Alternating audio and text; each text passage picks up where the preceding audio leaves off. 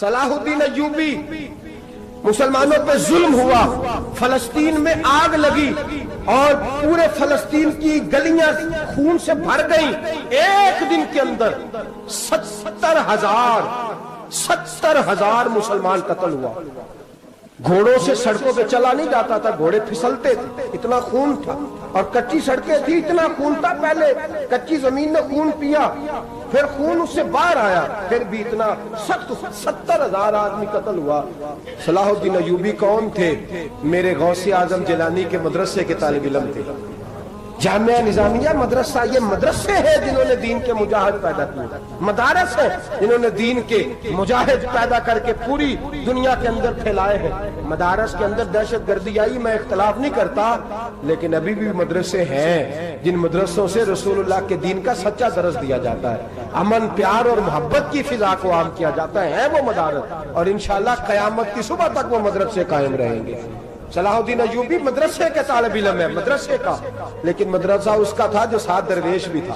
صلاح الدین ایوبی اکیلا اپنے دوستوں سے کہنے لگا مسلمانوں کی مدد چند سالوں میں نکلو مدد کریں۔ انہوں نے کہا تیرے نکلنے سے کیا ہوگا؟ کہنے لگا میں نے نہیں نکلنا، میرے اللہ نے میری مدد کرنی ہے، میرے اللہ نے میری اٹھ باندھ کمر، کیا ڈرتا ہے پھر دیکھ خدا کیا کرتا ہے، اور میں مجھے نکلنے دے، اللہ میری مدد کرے گا۔ تھوڑا تھوڑا کر کے فوج جمع کی، کوشش کی۔ چند سالوں کے بعد اسی جگہ جہاں مسلمانوں کا خون بہا تھا، اللہ نے اسلام کا جھنڈا پھر سے بلند کر دیا۔ صلاح الدین ایوبی فاتح بن کے مسجد اقصی کے دروازے پہ کھڑا ہے۔ چند سال گزرے، عیسائیوں کا اپنا وہ ظلم ابھی یاد ہے، اور عیسائی سارے لیڈر کہتے ہیں تیاری کر لو، اب ہمارے بچے کاٹے جائیں گے، عورتیں بیوہ ہوں گی، گردنیں کٹیں گی، اب دیکھنا جتنا خون ہم نے بہایا تھا مسلمان اس سے دگنا بہائیں گے۔ صلاح الدین ایوبی گھوڑے پہ کھڑے ہیں اور پوچھتے ہیں او عیسائیوں بتاؤ تمہارے ساتھ کیا کروں؟ گردنیں جھک گئیں، جواب کوئی بھی نہیں۔ کہا تم نے 70,000 مسلمان ایک دن میں مارا تھا، بولو تمہارے ساتھ کیا کروں؟ تم نے ایک دن میں مسلمان یوں کاٹے جیسے گاجر مولی کاٹی جاتی ہے، بولو کیا کروں؟ عیسائی کہنے لگے ہمیں اپنے ظلم یاد ہے، تشدد یاد ہے، بربریت یاد ہے، تو بہتر جانتا ہے تو نے کیا کرنا ہے۔ صلاح الدین ایوبی گھوڑے پہ فاتح کھڑا ہے، آنکھوں میں آنسو آئے، تڑپ کے رویا، کہنے لگا میں تمہارے ساتھ وہی سلوک کروں گا جو میرے مصطفیٰ نے قریش مکہ کے ساتھ فرمایا تھا، لا تصریب علیکم، جاؤ تم پر کوئی زیادتی، جاؤ تم آزاد ہو۔ اس نے کہا تو کر کیا رہا ہے؟ کہنے لگا میں کیا کروں، میں اس محمد کا ماننے والا ہوں جس نے معاف کرنا سکھایا ہے صلی اللہ علیہ وسلم، میرے پیروں میں زنجیر ہے رسول اللہ کی غلامی کی، جاؤ تم آزاد ہو۔ اس نے کہا تم آزاد ہو، لوگوں نے کلمہ پڑھنا شروع کر دیا، اشہد ان لا الہ الا اللہ واشہد ان محمدن عبدہ۔ سارے قبیلے کے کچھ نہ کچھ لوگ مسلمان، ایک قبیلہ رہ گیا مسلمان نہیں ہوتا۔ صلاح الدین ایوبی اپنے خیمے میں بیٹھے ہیں تو ایک بی بی آ گئی، اس قبیلے کا کوئی شخص مسلمان نہیں ہوتا۔ بی بی آئی، آگے کہنے لگی میرے 4 بیٹے جنگ میں کھو گئے، چھوٹے چھوٹے بچے جنگ میں کھو گئے، مل نہیں رہے، فوجیوں کو حکم دے مجھے میرے بچے تلاش کر کے دیں۔ صلاح الدین ایوبی نے جھٹ پٹ سر پہ امامہ باندھا، نیزہ پکڑا، سینے بند باندھا، اپنے جبے کو سمیٹا اور باہر کہنے لگی تو کدھر جا رہا ہے؟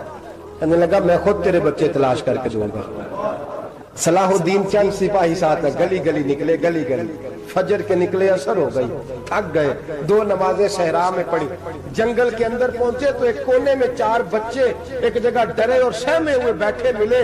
صلاح الدین ایوبی اٹھا کے لائے، ماں کو کہنے لگے تیرے بچے ہیں، نکلا اس لیے تھا کہ میرے نبی نے فرمایا بچے جدا ہوں تو ماں کو درد بڑا ہوتا ہے، اور میرے رسول نے فرمایا تھا جب جنگ کرنے جاؤ تو کھیت برباد نہ کرنا، فصلیں تباہ نہ کرنا، بچوں کو ماں سے جدا نہ کرنا۔ فرمایا میں سوچ رہا تھا تیرے بچے کہیں میری وجہ سے جدا ہو گئے تو مصطفیٰ کو جواب کیا دینا؟ فرمایا تیرے بچے ڈھونڈ کے لایا ہوں۔ بچے ماں کے پاس آنے لگے تو ماں نے بڑے بیٹے کے منہ پہ تھپڑ مارا، کہتا ہے اماں کیا ہوا؟